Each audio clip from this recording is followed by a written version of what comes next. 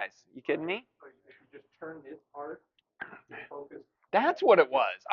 There's some flash out of the corner of my brain or something. I don't know what that's all about.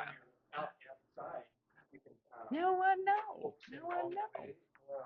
I did that right. Yeah, I did that right. Bum, bum, bum, bum, bum. Do anything fun today? No. Not a thing, man. Nothing fun. Yeah, but It's a Monday. It's a bad day. it really is, you know. And so the family's doing a party for me on Thursday. So I'm in the spirit of my grandson, huh? Is it your birthday? Today. Yeah, yeah. Thank you, thank you. So since my poor grandson, his birthday is Christmas Day, he never does his birthday on Christmas Day, right? So it's always a week later or whatever it is. And so I guess in the spirit of solidarity with my grandson, not doing it on my birthday, we'll do it on Thursday. So we'll have dinner with the Mazzacinis on Wednesday. We'll have birthday on Thursday. We'll see our friends the Ceases on Friday, which they'll probably do something for my birthday. And knowing Joe, he'll probably do something for my birthday. So it's birthday week, man. It's just going to be rolling through all that. For the guy that's super bashful about birthdays and doesn't want, I'm gonna get. Which Emma, my middle kid, would love that because because she's October and she doesn't have a birthday, she has a birth month. Like she pushes that. It's like, oh, it's my birth month. No, you get a day. No, I get a month. It's my birth month. I'm like, well, we're in it. So anyway. All right, kids, we're going to get underway. I'm going to pray, and then I'm going to talk about stuff for a minute, and then we'll get into this and see how far we get tonight. So, cool? Awesome. Jesus, I thank you for just the opportunity to come together and to continue to work through some of these areas of just theology and the basic kind of belief system of our shared Christian faith. And in this, too, the fact that part of what I think I enjoy about it at times is that there's this rich history of even diversity on things, especially we talk about like end times or whatever else, and that people who genuinely love you have different views on these things, and we just talk about those and we're curious and we try to grow and certainly look at your scripture to understand things better and always asking questions, and that's our heart. And so we just thank you, Jesus, for your goodness toward us and your grace, and we just seek your very best in all that we do. So we love you and thank you in your name. Amen. All right, so before we get underway, I keep thinking about what Praxis, its original design, right? So when it was first created way back in, I don't know, 2010, 2011, I guess that's kind of when I first kind of put it together, whatever else. It was really designed to, kind of create this vetting process for people to be in leadership in the local church kind of thing. So it kind of turned into more of like a class of people to take, but that was its original design and everything else. And so when we get into the second half in particular, it's going to be all about that. It's going to be about what are the qualities of an elder? What do elders do? How do you handle all the different dynamics of shepherding and counseling and conflict resolution and all those kinds of things? So that was kind of the spirit of it. So I'm gonna go back to a couple months ago when I just was having a really bad day, and I'm like, would you guys just lay hands on me and pray for me and everything else?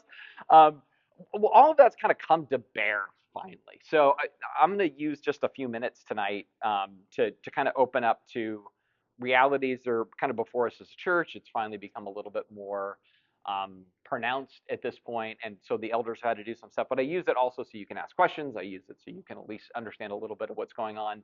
No longer kind of behind the scenes, probably increasingly in the forefront of the scenes and everything else. But we ended up having some people at Redemption that for the last number of months, there's just been kind of escalating tension. It was some of the stuff that led to us finally pulling Caesar out of running our youth ministry and kind of freeing him from his responsibilities because there was just a lot of concerted kind of attack on him coming from places and a lot of division in the youth ministry and everything else. And so for a number of months, the elders have been trying to navigate it with the people that were doing that, trying to bring healing to the youth ministry and that kind of thing. And so for the first time in our entire history, yesterday we had to let that couple know that they were no longer welcome at Redemption Church.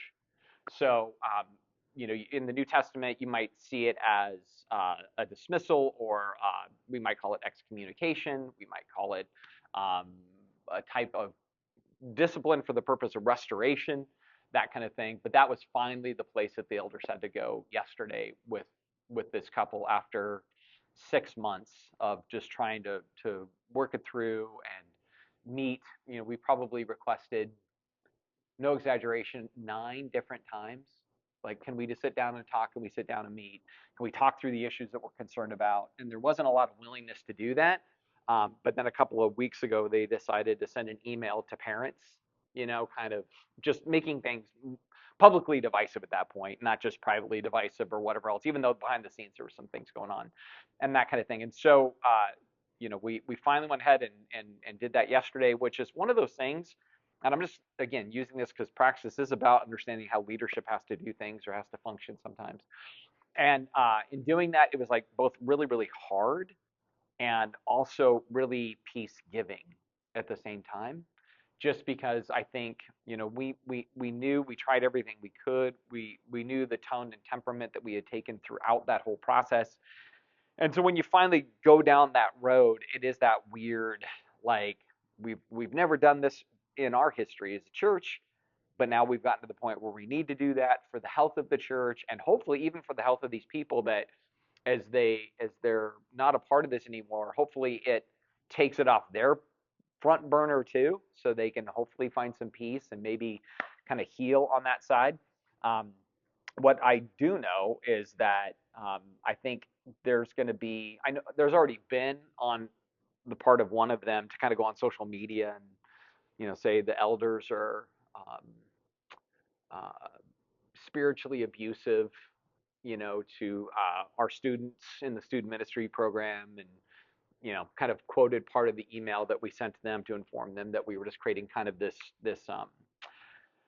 described it as um, a boundary. Like, we just have to kind of establish a boundary where they're not to be on the campus any longer, and they're not going to be members any longer, and that kind of thing. And so there's going to be probably some public recourse, I think, on their part, just out of anger and hurt and those kinds of things. But with that, what the elders are doing, we're trying to still stay away from being terribly public about it unless they're just stuck having to do it. You know, because again, we love these people. These were personal friends of mine, um, and that makes it uniquely hard too. But we also are very committed to just being transparent.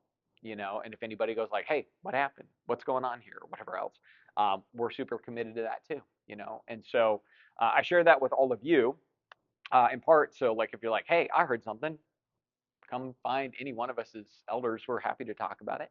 If you have questions right now, that's awesome, because I'm kind of using it as a real-time reality. Um, they had kids in the student ministry program.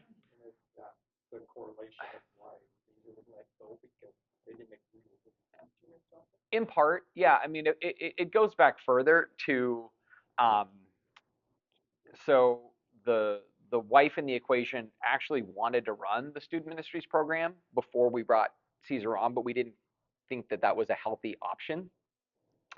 And so when we opted to bring him on, um, she had a very strong opinion against that and felt that there's the gift of discernment in like 1 Corinthians 12, and she felt like she had the gift of discernment. So she said, if he's in that position, he'll destroy the youth ministry, and all of this bad will happen.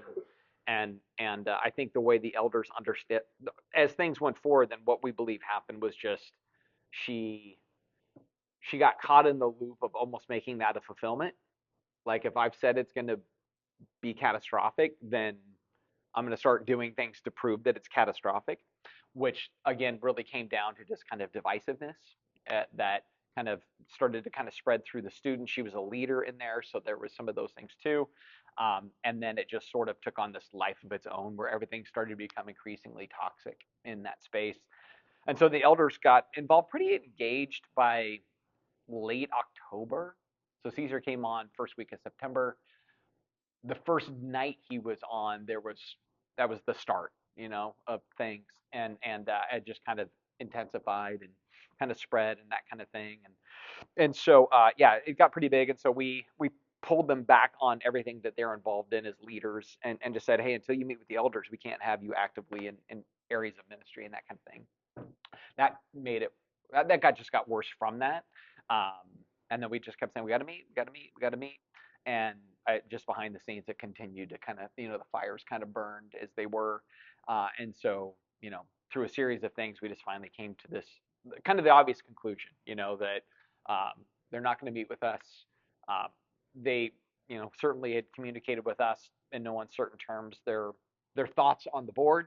You know, um, it wasn't going to be a merging of the minds at that point, and so we just after 6 months, it was inevitable. I think like we just had to come to that place of like because more people were kind of getting involved, and they're like, we're concerned about this. It's becoming more toxic and more divisive, and people are like, when are the elders going to do more about this? It's just those kinds of things, and so finally, we knew that we couldn't even probably go another week without it just getting worse, and so that's what we finally sent out yesterday to them, you know.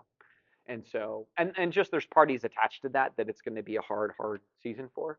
Um, and so, really praying for them and hurting for them and everything else, but also just feeling a peace. Like I think we did everything we needed to do, and I think it was the right thing to do at this point. Um, and so, yeah, but there was a lot of leadership connection in this whole thing, which made it uniquely challenging. I mean, we don't have 15 minutes, but we always wondered what's going on. I mean, it sounded like he was doing a really good job. Kids enjoyed it. And also, we had the announcement. Yeah, no, it was pretty hard. I want to give real kudos to both Caesar and his wife. Uh, they were unbelievably godly in the whole thing. Like honestly, like I, if I get teary, um, I was watching them just get beat up at times, and they were just never bitter, never angry, never said a bad thing about the individual. Well, no, actually, I decided to pull him out.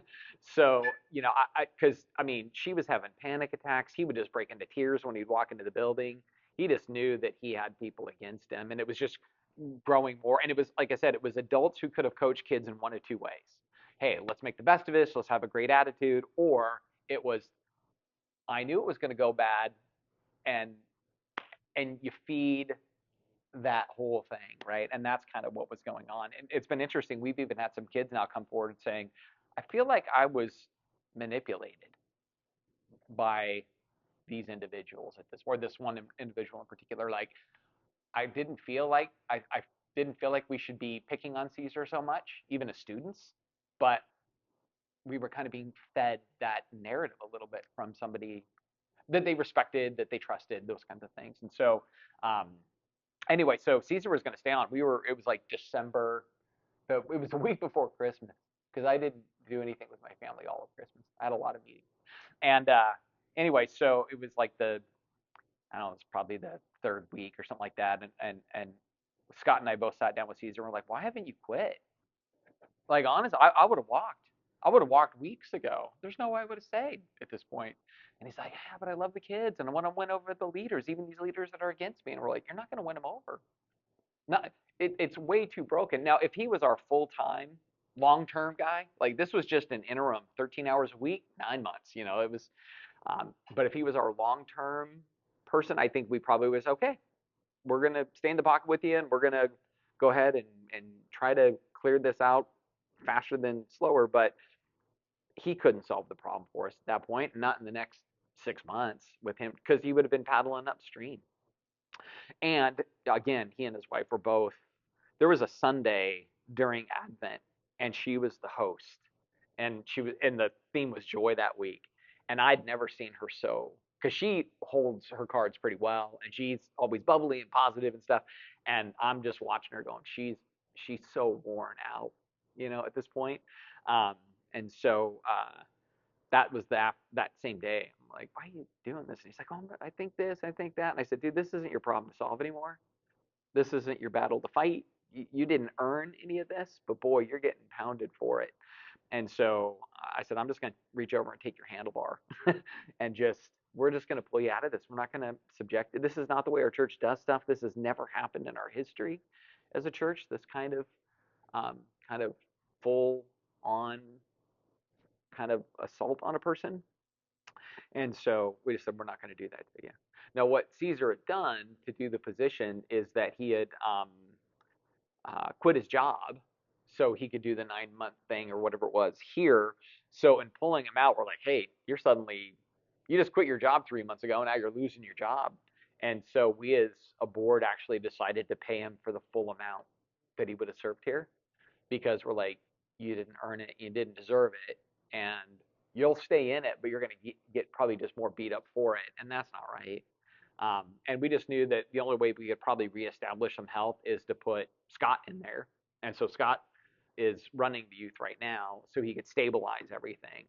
And just kind of knowing that, you know, people could rough up Caesar, but they're probably not going to rough up Scott, kind of so to speak. He's a different personality and has more gravitas and that kind of thing. And then it was just meant to just like we're going to just try to recalibrate the system as much as possible. If you don't mind asking, it almost sounds like it was unfair to him. Why didn't you deal with the individual who were causing the problem? We were doing both at the same time. So we were trying to address those things equally. This is where it gets messy. One of them was an elder. Yeah. So that makes it really problematic, and very fatiguing, right? Um, and so, that was the uphill push at times in that whole thing. And then so everything kind of fell in a handful of days. So we're, Caesar's being pulled. We're going to meet with the youth leaders on a Sunday. Then that news that he's being pulled and Scott stepping in is going to travel fast. So then we need to send out a message to parents giving some outline, but not naming names, but saying, there was these attacks and there was gossip and therefore we've taken this action. And unfortunately, so that like we figured out stuff with Caesar like in that week. On the 22nd, we met with the leaders. On December 23rd, Scott's dad dies. And then that letter goes out on December 24th, Christmas Eve. That was rough, and I get it. Like probably wasn't by design, and that kind of thing. Um, and then we were off to the races with a new challenge because in that, then we removed those people from their positions of leadership in the meantime till we could meet. It was just so we could meet. Like we can't, because there was a lot of like behind the scenes, and there's a lot of like you're just going to let them continue to lead when they did this, and you're moving him, and we're like, well, no, we're going to put them on pause until we meet. But we never really came back together after that. Like we kept requesting it, but didn't have the just we're not taking up on it. I'd like to share something about that. I received that email because I'm a grandmother of Oh, yeah. And I was really surprised and shocked when I got it, and immediately started praying about it. And then the next day was our friend mom's church, and the only two people that were there were Karen and me. And I didn't tell her about it. I just during our prayer time prayed for the youth group, and she all of a sudden took over that prayer, and God spoke to her. She didn't know what was in that email, but everything she prayed was everything that was in the email. And so it was just this overwhelming sense of that word of knowledge given to her of what to pray for. So just know it's in God's hands and He's totally in control. And I just was so blessed by Karen's prayer, and then I showed her the email. Oh yeah. Yeah. She didn't tell you? Well, there are people who want to know maybe because they want to help, and then there are people who want to know just to know. Yeah, and I have no clue who these people are. She didn't either, and but she knew exactly what to ask God. Yeah. No, it was a rough go. That's great.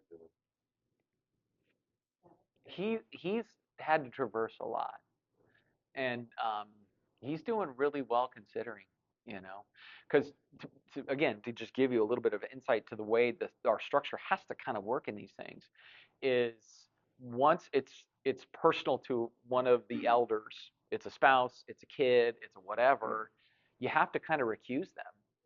So here he is, and this happened with his son and his daughter-in-law, and for him, it clearly feels like an injustice, and I would say it was.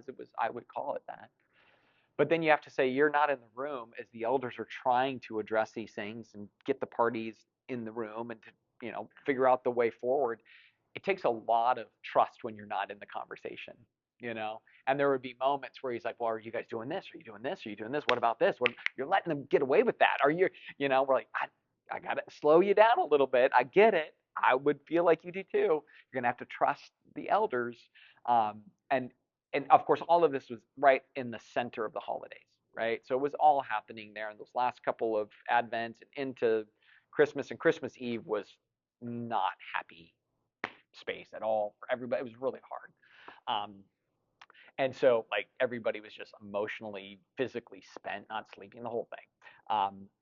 But we had to have some really important conversations about you have to stay an elder even more than you are a dad right now. Like you have to kind of like I get it. We all want to get into that space, but you got to let that win, and you have to love and shepherd, even though you're doing it recessively, and you have to trust the elders in this process, even though you're not in the conversations. And after a few days, he really did turn that corner, and weathered pretty well. They're still hurt. They're still sad. I mean, I think anybody that would have the chance to do ministry with their kid for 9 months would be pretty cool, and they were really looking forward to it. Um, I think it was a net loss for us as a church. I mean, we had this really great 20-something couple that's going into ministry. Like, I think we looked at it like, what a great opportunity. He wants to be a pastor. It's his home church. We can be a part of that process. And we don't have a lot of 20-somethings around here as it is. So it was like, what a great presence. Um, but I'd say Trent and Ella certainly struggled much more deeply than Caesar and Alyssa did through that process, just because I think when you're a parent, it's that way. But I think, again, I give a lot of kudos to Trent and Ella, for sure, and how they've rebounded through it, tried to keep a good attitude, because there was some really, really just painful days. And again, because I think we were trying to err on the side of grace with that, I could understand from their perspective, like, are we giving divisive forces too much line to do stuff? Maybe we did. I in my uh, after action report, there's probably a few notes I have on that. But I think I kept hoping that, like, hey, there's going to be some light that clicks on and they go, wait, we've gone too far with this, or this has become too harmful, or yeah, maybe we were just too driven to do this in this way or whatever else. And so, yeah, go ahead. Yeah, they just couldn't bear to stay. I mean, like the last, I mean, I'm gonna text them this week and just check on them and stuff because they're like, we would love to stay, but I think some of the nature of where kind of these, I'm gonna call them attacks, went to was just starting to go into other areas of his life. So like approached his college with accusations that were really crazy. Like they were like I called the dean of the school and I said, listen, this is just a witch hunt. I don't know what else to tell you. It's what it is. And so I think it was just that, are they going to go after my wife's school next or her job or those kinds of things. And so they were like, if these people's presence wasn't in the church, we totally stay. But at that point, they were still going to be in the church, and they were just like, we're just too, because there had been run-ins between the female that was a part of this and Caesar's wife a couple of years before that were pretty intense. Um, like Alyssa was legitimately intimidated, and so it was hard enough as it was, but they're like, we're gonna make the best of it. Maybe we'll win them over. And then after all of that, they were just like, we'd love to stay. We're just too hurt, too spent, too triggered, too waiting to get chewed out in the parking lot, whatever it was, kind of thing, which made me sad because I really love those two. I didn't know them well before we brought them on, and now I'm utterly impressed by them. Whatever ministry they land with at some point, that ministry is going to be blessed. Scott and I were talking about Caesar a lot. Most mature 20-year-old I've ever come across in a ministry context at that age. Like just impressive, just so impressive. So it was a great loss to us in that sense. How's the high school group doing it? Has there been an openness to the kid, like what's happened? Because obviously they're, losing Jesse, and it seems like there's been a lot that's come up in the year, like how are they doing? And Yeah, I think that's a mixed bag right now, a little bit. Like I think they're doing better. I mean, because part of what it was is when we stepped in to intervene and put Scott in. Part of what we did is we just massively downscaled it. So no music, no. It was like we're gonna have a talk and a game and some social time. Um, because it was just like in part Scott's like, I mean, Scott only is already 80% time, and now he's 125. Because now he's running this too. Um, but it was really the way we handled it because again I think objectively the elders would say that there was a number of high school students and some junior high students, but mostly high school students, that really had become the catalyst of division among the students, right? So they were like there was one individual that was literally interviewing the kids. What do you not like about Caesar, and what do you not like about So you're starting this discontent. But when it was all said and done, what we didn't want to do is go like, all right, you kids, you're in trouble, because we also looked and said, had it not been for a catalyst leader leading poorly, these kids probably wouldn't have gone down that road. If the same leader would have said, "Hey, we're going to make the best of it. We're going to rally. It's only 9 months. We're going to be looking for another youth pastor starting in January. Like, let's just have a great attitude about it." None of this probably happens. But I think because there was already that he's going to fail, and I've prophesied this as much, then every time a kid would be like, I don't know, be like, you should, like you just kind of it just kind of put puffed oxygen into the coals. And so then another kid was discontent, and another was discontent, and so it just kind of spread that way. But when we stepped in, we were like treating it like the end of the Civil War. Like nobody's going after anybody here. We're just going to try to model health and stability and doing right things, and hopefully the kids start to get healthy from that, and they start to feel like their group is their group again, and those kinds of things. Um, from that, what was tricky is that there were some kids and leaders that really loved Caesar and were very sad to see him go. But there was certainly this narrative of like all the kids hate Caesar and all the leaders hate Caesar. We're like no, and that was hard for the kids that really loved Caesar and Alyssa to lose, like Jesse now, Caesar and Alyssa and everything else. Where others were a little bit more like they admitted like they got to a place where they were um, like doing things trying to get us to remove Caesar. Like Scott had a meeting with one of the students even yesterday that was like, if I admit it, I'm ashamed for what I did because I was actually trying to get you guys to remove him. And Scott's like, but if we go back to the catalyst of it, you were certainly more probably manipulated than helped into that by a leader. Might be too soon because there've been like after action series discussion, like, hey kids, here, like let's walk through not necessarily all the details of what happened, but like um, here's like godly and ungodly ways to lead or to be part of the group, love one another. Like there's a lot of material. Right. I think the way Scott's approaching it, because he's really the spearhead on that, is that he's using circumstances as opposed to really backtracking over the events themselves. I think when things come up, he's reminding that way and just trying to reset the tone that way because, again, part of it was like there were still torpedoes in the water, so to speak, even until yesterday, and still are kind of right now. And so I think we were trying to be much more like passive modeling of that than active modeling of that. Do you think there'll be more? I mean, I haven't seen anything Mm-hmm. posted or emailed or anything. I should have Right. just had to find out, but like, is there going to be what's the openness factor going to be to the church? I know you mentioned like in the past you'll share, but it sounds like this couple might start and they have started.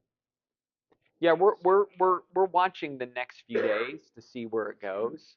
Yeah, because in some ways, if I'm real open about it, the elders talked about a lot of things, and one of the things is that you can have like three different categories of people. You can have the people that say, well, I'm for team A, and then you can have the other, I'm for team B.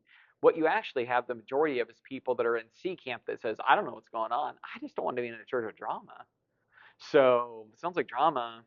I'll just go to Timberlake. There's no drama there right now, kind of thing. And so, we kind of looked and said, the potential for people to go like, I just don't want the drama. I'm out. So we also don't want to needlessly put out something that creates needless drama. We've been pretty um, more reactive than proactive in our correspondence. So it was like when they sent out an email, then we said, okay, now we're going to have to send that out related to the parents because they emailed the parents. Now we got to respond to the email that was sent to parents. I think we're kind of hoping the same thing here, where it's like we don't want to have to bring a bunch of people into stuff that they don't care and they don't know about. You know what I mean? We're open for anybody that comes, but we didn't want it to be like people like, oh, here's another email. They just had one 2 weeks ago. Now there's another one, and so I think we're waiting to see whether there is a full-on, like burn it down to the ground on the way out the door, or if it's going to be, yeah, we're tired too. We're just going to go find a church that we agree, or the elders we agree with, and we can start to find some peace in our own lives and move on from there. It was sent to them via email. Correct. And they received it because they let us know they received it. Yeah, yeah. They would, and like you said, you guys asked them numerous times to come in and talk. Oh. They just weren't willing to. Even to the point of, so honestly, it's not an exaggeration, at least 8 times in the last 3 months. And then I've personally reached out almost weekly. I've even said, I'll just meet with you personally. Whatever, you name it. And it was very poignantly that wasn't going to happen. So,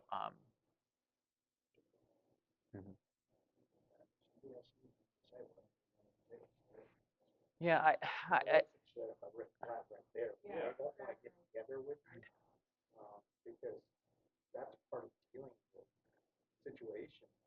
If you don't come together, you can't deal with it. right, So that should have set up. I mean, that probably was. I mean, I don't know the situation. But, right. that yeah, that should have set up a lot of red flags because they didn't personally talk about it. Yeah. And that's we always try to bring it back to, like, the whole, like Matthew 5 at the beginning, where it's like, hey man, if you have a brother that has an issue, you go to them, you leave your gift at the altar, you work it out. So we were, kind of kept bringing that up and everything else and that kind of thing. But, I mean, I get human nature enough too, that it kind of was what it was. And then I think when you're not talking, then new narratives get built, so to speak. So this must be what you guys are thinking, like on our, like they were looking at us going, here's your motives for removing us, and they weren't our motives. There was a lot of a sense of we were. I think the way well, I know the way they interpreted it because they told us is that we were being retaliatory because, like, if they got Caesar, then we're going to get them, and that was never where our space. But it was like Trent's your friend, and you're just defending your friend and taking it on us. I'm like, no, that's not rooted in reality. I mean, Trent and I work together. We don't ever do anything socially together. It's like these people were actually way more my friends. That was the reality of it. Um, and in this too, I remind the way we're put together is it has to be 100% agreement of our elders. Our elders are very diverse. I mean, Steve Westerside is a very different person than Scott Thompson, and Tom Potter's a very different person than me. And they were all in this same agreement. Like they were all very much on the same page of what they were seeing and how they were trying to approach it and what they were requesting and that kind of thing. But in the end, it just wasn't going to be, you know. So yeah, it's been a long 6 months. No, it's been a long 12, 13, 14, 15, 17, 18 months actually, between the financial stuff about the building and everything else, and then getting into that, and then Jesse leaving, and then Caesar coming in, and then all of this. It's been a tough go for the crew, and I feel for this couple too. I mean, it's funny tonight if we get to it.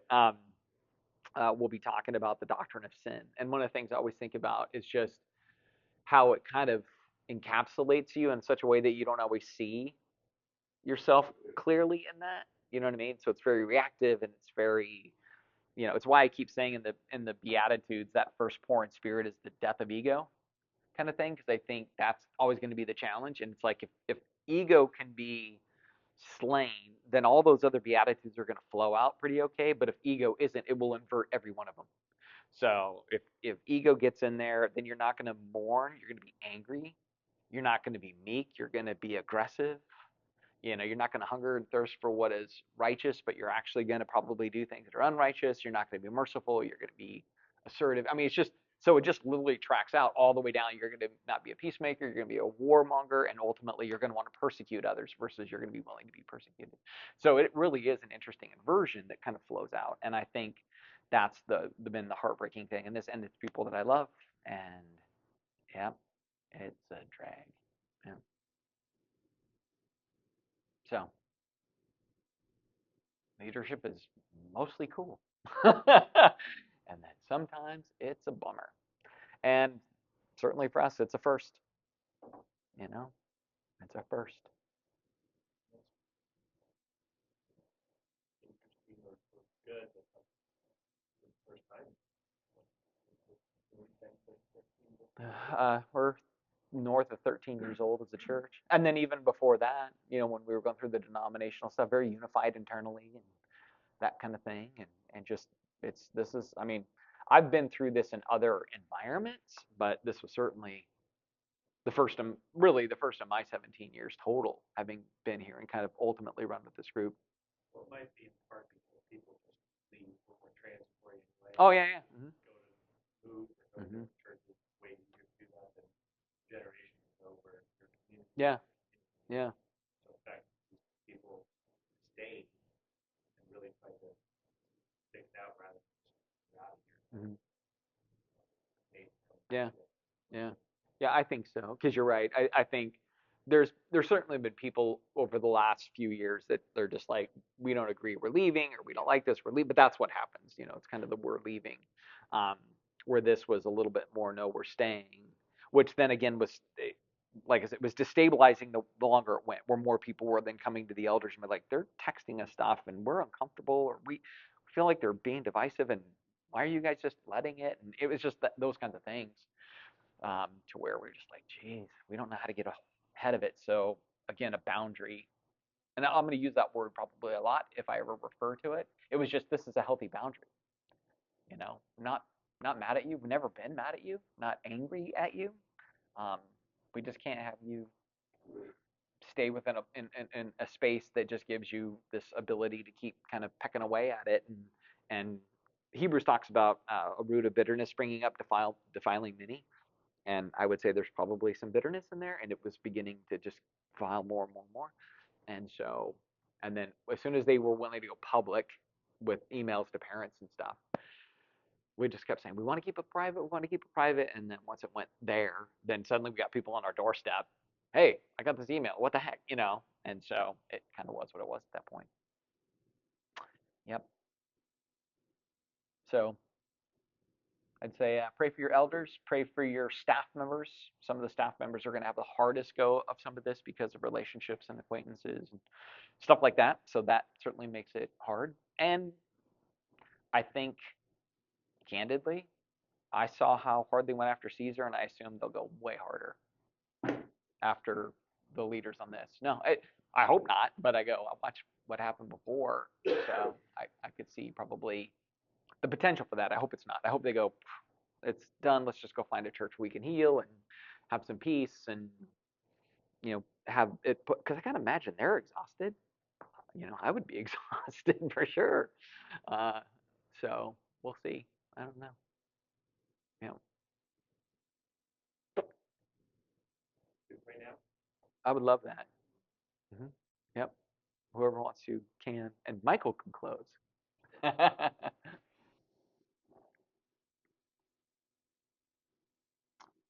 Jesus, I know,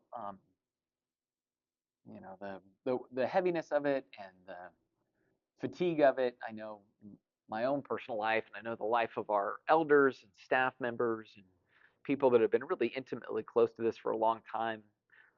People that are going to be kind of in the middle of this for a season potentially, and the hardship that's there.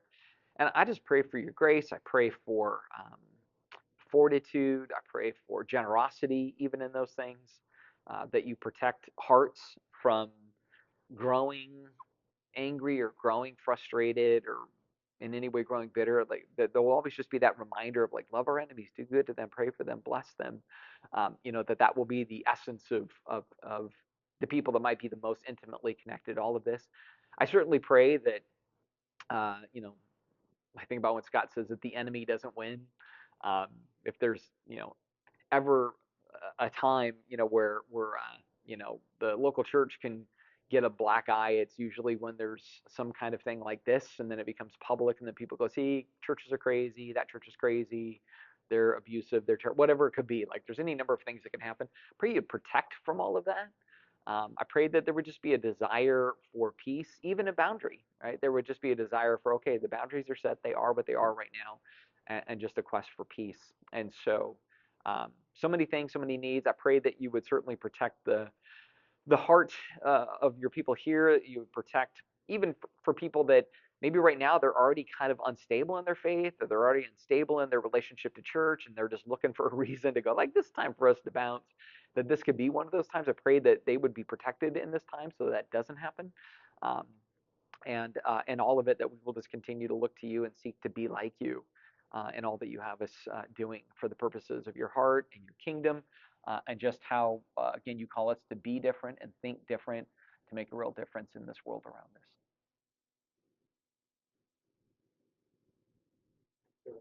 Thank you.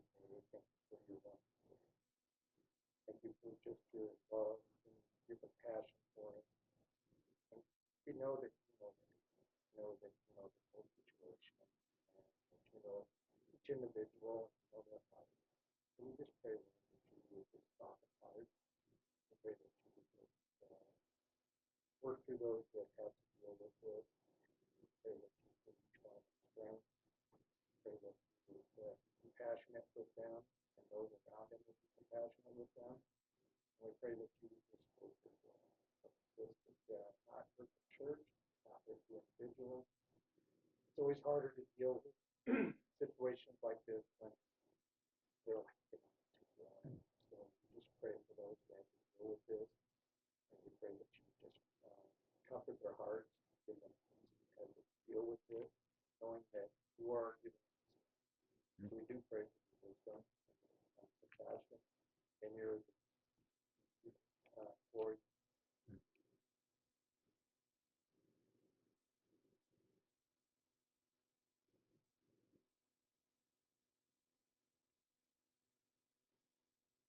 I pray for your heart. I pray for your will be done in restoration.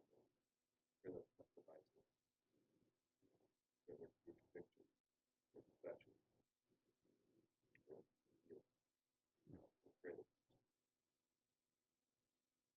Pray that still help our body and work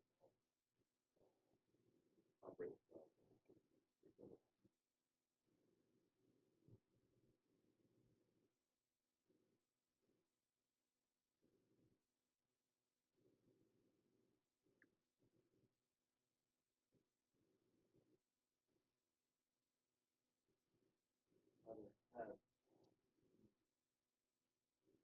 Sure, this breaks your heart with your children or through these issues and disagreements and struggles and it's your church, Lord. And, just pray for your wisdom and peace, especially amongst the elders and spouses. They go through this. You give them the strength to trust in you and hope in you and just refresh them, give them the strength in you, grace and mercy and love in you. It's all in all. I just pray for reconciliation. Pray that this family would be make sure that their sin, their participation, whatever they might have done was ungodly, and that they would have a humility about them to seek reconciliation, restoration, and Lord, that there be a joyful communication. And Lord, I just pray for this church and the community, that the name of this church, your name would not be dragged through the God. I pray that this would just be dealt with internally and not externally. Pray that you would cause those that would do that to resist that temptation. And Lord, as we're going through the Sermon on the Mount, we do want to pray that these words would be true. That blessed are the merciful, they shall receive mercy. Blessed are the pure in heart, they shall see God. Blessed are the peacemakers, they shall be called sons of God. Blessed are those who are persecuted for righteousness' sake, for theirs is the kingdom of heaven. Blessed are you, others revile you and persecute you, and utter all kinds of evil against you falsely on my account. Rejoice and be glad, for your reward is great in heaven. For so they persecuted the prophets who were before you. Lord, we just pray that these words would ring true, and that we would, as a church, elders would just grow in that and become more and more your people and glorify you and what we do and say and what we live. Great, thanks for Matt's openness and his willingness to be here and share this with us, especially on his birthday. Thank you again. Blessing this church with him, his heart to love us and love you, people, and pray for strength. Amen. Thank you, everybody. Yeah, kind of what we're doing a little bit too as elders, because like technically, and we've still come up one step short because we're just being more waiting to see. You know, like typically when this happens, like even in our bylaws a little bit, it's supposed to be when you go through this process and you remove somebody, um, you're supposed to like tell the whole church. You know, like that's the way it's supposed to go. We're trying to still we trying to not we're trying to give the space where hopefully they go, no, we can come back to this. We can make it right or whatever. So we're waiting and hoping, but we are sharing with numbers of people because again, we know that you're all going to have connections to people, and you might hear something, and then you can just say, just go talk to any one of the elders. You know, like that's the best thing at this point. Is just, yeah, the elders are an open book, and you know, we're happy to. We feel like we have to now share, you know, but Is Trent back in? yes. Yeah. So he has been reintegrated back into the board. He has been pretty much since we were trying to get everybody back in the room. You know, there was one meeting where the husband met with the elders, but would not talk about 90% of the thing. Like it was like, I will talk to you about me, but I will not talk to you about the actions of what my wife's been doing, which was the primary thing that was happening. That was really the real damage maker in that sense. But he wouldn't talk about that. But Trent was in that meeting, and I wanted him in that meeting because I really believed that the only way forward for healing is going to be when all of these elders can work and trust again. And if there was going to be a lack of trust at the table, then it was never going to work, right? Like, so if that person was going to stay an elder, it couldn't be Trent still recused as we're working through stuff. He had to be in there because Trent was hurt. This person was a part of the hurting, and it couldn't just be like, well, bygones, bygones. Let's move on because there was a lot of relational, you know, whitewater. So yeah, he was. Sorry, why was Trent involved in this? I thought this was the season. What? I'm missing something. Oh, just because Trent was an elder during this time, but his son was because Caesar's his son, and so yeah, yeah, I still don't. there's the connection. So yeah, Caesar's Trent's kid, and so when we were addressing whether there was improprieties on the part of Caesar or whatever else, you know, we recused him. I've been recused 3 times as an elder in my 13 years here, um, where it's just like, hey, you're too close to decisions that need to be made, or it's about you, and so you step out of the environment, and then the elders are collectively making decisions apart from you. So yeah, yeah, Okay. and so that's why we did that. Yeah, I didn't know. I don't know. We don't have kids. sure. So I didn't know. Yep. So that was the relationship there. Yep. That's going to help quite a bit. No, Yeah, you're like, what? How is Trent out of the mix? Yeah. Yeah. Yeah. Yeah. Yep. So, yep. Anyway, but yeah. So technically, we are supposed to be totally public. We're really still trying to stay away from that if possible. Yeah. I'm just hoping we don't have to. I mean, and again, I just go back to a lot of people get caught in the middle of stuff they don't really care about, and it's less about the topic and more just like, this church got drama, man. I don't want drama. It's such a hard thing in this day and age where we're just people don't want to be judged. They don't want anything in the whole public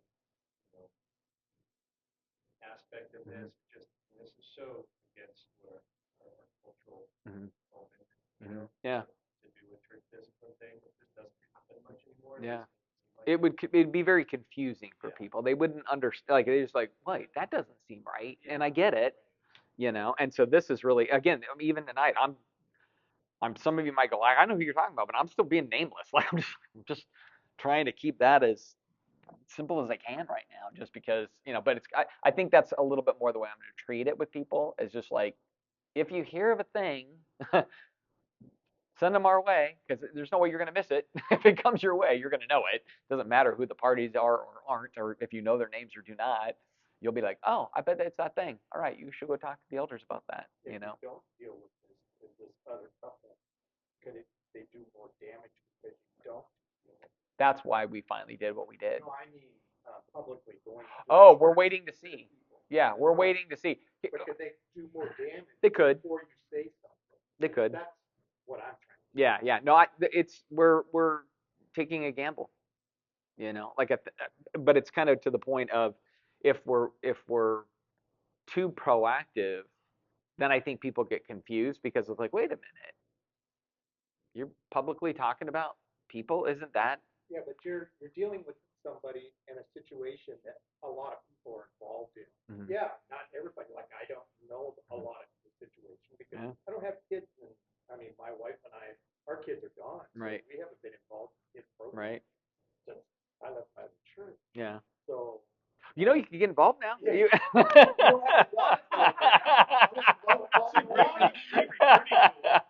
Yeah. Well, that's what's before the board right now.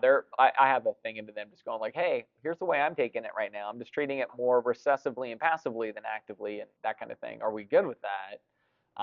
But I think it's still early. I mean, like I said, like things that happened yesterday probably didn't help from a public perspective, but also, even though there was things put on social media that aren't helpful, the impact of that might have been pretty nominal, just because of how much connection that individual has on social media with people within the church.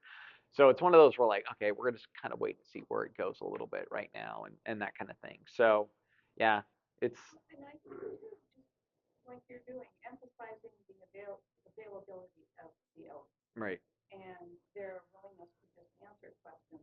And it doesn't even have to apply to specific situations, but just reiterating that to the whole congregation that we're here for you. And that might be, if we have anything public, it might just be like, hey, still probably going to stay pretty nameless, but if you go like, hey, I think I know what that thing is, and I got questions about it, it might be enough of that. So, but we'll see. Again, our poor board is taxed at this point. I mean, it just, I mean, literally, I remember Ellen was like, am I going to have you Christmas Day? I'm like, most of it. It was just, it was like that. We went on a trip to Arizona, and every day I had to work on this because of just the nature of what was happening. So I didn't, I'd say half of every day that I was there, it was right. There was none of that. It was what it was. Meetings and different things. So, yeah, I think, yeah, at this point, the poor board is so tired. that it's just like another meeting. You know what I mean? So we actually have one scheduled for next Monday night. It's our standard one. Um, but I'll see what that looks like too. So yeah. But yeah, I think they're pretty tired. Way too many emails. Emails are terrible. I hate emails.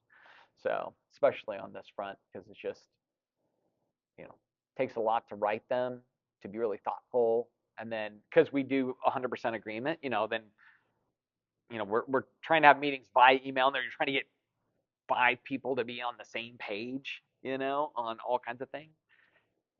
I actually love the fact that we have plural, unanimous decision making, but it takes a lot more work to get to that. So I wanted my 54th birthday to be memorable, so.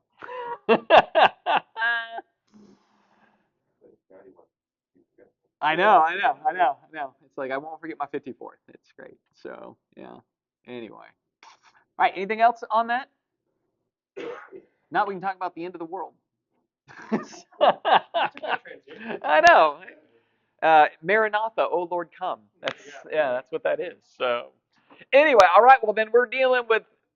Let's see where we're at. We did amillennial and we did premillennial, but we didn't do premillennial dispensational and we didn't do postmillennial. How exciting is that? All right. So let's see. Did we fill in the blanks for these? Probably not. So okay. So then we'll start with 1B, which is postmillennial. Christ comes bodily after the earthly millennium. So last week or last time we did all millennial, and it's like that whole idea of the kingdom is not a literal 1,000 years; it's a figurative 1,000 years, just a long period of time, and it's mostly like a heavenly reality. Was kind of what it is. Postmillennialism is like a first cousin to this idea, right? So again, if I draw my little funky diagram, but I'll fast forward it to cross, resurrection, and then there's Jesus' ascension, and then you have this period from 30 to 70 AD, and at 70 AD is the destruction of the temple, right? And they would see that all of that is the inauguration then of the kingdom that Christ talks about, right? So again, going back to the parables, it starts as a seed and grows into a tree. It starts as uh, yeast and dough and grows to these epic proportions and everything else. They'd say with all of that, all of the stuff about Israel, kind of God's like, either I will judge you or I will use you. And you can bring forth the kingdom if I use you, but if you don't, you're not. And so all of that happens with the fall of the temple, and now the kingdom is underway. But the way postmillennialism sees it, where amillennial saw it as a heavenly reality, postmillennial actually believes that uh, the stuff of the message of Jesus transforms all of society systematically over the course of time. It's a progressive concept, so that it's not just like, hey, people are getting saved or whatever else, but it's also like society gets better and better and better, right? So the purpose of this non-literal kingdom, so it's not literally 1,000 years, it could be 5,000, 10,000, 50,000, 2,000. Just there's no magic number to it, but it's saying everything on earth is getting better over the course of time, and that's how Jesus is bringing the kingdom to bear. So part of it is going to be um, uh, Jesus was a healer, so as Christians are doing the business of healing, they're bringing a net positive to society. Hence, hospitals, hospice, hospitality, hostels, all the things that are like just regular cultural things. Education, philosophy, social relationships, using the Sermon on the Mount to create policy for human flourishing, all of those kinds of things. So that's what postmillennialism believes. And then finally, as the world gets better and better and better, and then with that, as the gospel is transforming all things, people who then transform cultures and societies and the globe, eventually, when the kingdom is on earth as it is in heaven, that's our prayer, when that happens, then Jesus returns because the kingdom is on earth as it is in heaven. And then that turns into the eternal state. So at that point, there will be the resurrection, and all of that will happen at that final last step. But it's because everything has finally entered into that final state of what was designed. So it isn't a cataclysmic, he comes and fixes everything, but rather over the course of time through the gospel and the expansion of the kingdom, everything is getting better and better. Heaven and earth are touching more and more and more. And then finally, it just arrives on the scene in its full force kind of thing. Now, in this, there's two different versions of postmillennialism. There's called revivalistic, and then there's called dominion. Dun, dun, dun. So, dominion is the idea that part of how this happens is the re-implementation of Mosaic cultural and social law. So they say the only way you're going to get culture to be godly is you have to bring back the Mosaic code so that you can use also a level of force to require the Christianization of the world. So the Dominion guys believe that, because Christians will be in government, they need the power of the sword in government, so they're going to exercise the use of Mosaic law so that pretty soon you are executing people again for violations of the law and Sabbath, whatever it is, right? So those are called dominion theologians or reconstructionists. That's another version of that. If you've heard of a guy named Doug Wilson out of Idaho, he would be a dominion theology postmillennialist. So he believes the world's getting better and better, but part of that means Christians need to be in government, and government needs to use Mosaic law, and that's going to be a part of the process. The other version of this is the revivalistic version. This would be Jonathan Edwards. And he just simply believed that when you're preaching the gospel and people are getting saved, they become a different people and they bring blessing to society and government. And it isn't about force or Mosaic law. It's just about the Holy Spirit transforming people. And over the course of generations, it continues to gain traction more and more and more. More people get saved, more people act like Jesus, and slowly the culture and the world around is revived by way of revival, if you will. And so one is much more gospel grace based, the other one is a little bit more law government based. Those are the two things. So it really is just like amillennialism, except that in the real world, everything is being transformed too. So any questions on, we'll do these faster tonight, but any questions on postmillennialism? So they think we're already in. Yeah, so they might say we're here at 2,000 years in, we're still progressing, because so I'll spill my beans. This is my view. I am a postmillennialist, revivalistic postmillennialist, not a dominion postmillennialist. So I'll give you my apologetic on it. Is I look over the last 2,000 years and I go, even though they're still bad, which means I don't think we're here, there's still kinds of, there's a lot of good that has not been a part of human history. Like it's gotten better over the course of time. Um, you look where we're at technologically, medically, socially. There's a lot of positives in comparison to 500 years ago or 1,000 years ago or whatever. And so we're part way into this progression, but there's still a lot more progression that has to happen. So you're not in the agreement that there's a tribulation period and then millennium. Nope. So this view does not have that. This view sees this period as the tribulation. So the tribulation was the fall of Jerusalem. Right. So in this particular model, it looks at the when Jesus is warning, like in Matthew 24 and 25, the Olivet Discourse, Mark chapter 13, Luke 21 and 22. When Jesus warns of that, he's telling his nation Israel, tribulation's coming your way. If you don't embrace the kingdom of God, you're going to be destroyed. And so in that context, the tribulation is Rome destroying the Jewish population, wiping out the temple. Not one stone is left on top of another. That would be the great and terrible tribulation, the fall of the nation of Israel as a standing body against Rome. And then with that tribulation starts the kingdom. So in that sense, just like what we'll look in a minute with dispensationalism, and it believes there's a tribulation and then the 1,000-year reign, this is saying, yeah, there was a tribulation. And now there is this non-literal 1,000-year kingdom that's underway. Where the amillennial would say it's only up here, the postmillennial will say, no, it's actually in the world too. I mean, it is heavenly, heaven and earth are touching, and so all of this influence of the Holy Spirit working in the lives of God's church and God's people over the course of time transforms society. It's going to take thousands and thousands of years probably, but it's been doing it for 2,000 years. Gospel's going around the world more and more people are getting saved. From that, they're bringing positive transformation to all the different layers of society. So what do they rely on us as humans to make the world better? Yes, which is why we're called to that. Well, us as believers. Yeah, and then with that, believers bring, there's the concept in theology called common grace. So common grace is God's, it's like where God's like, I bring the rains on the just and the unjust. Like that's his common grace.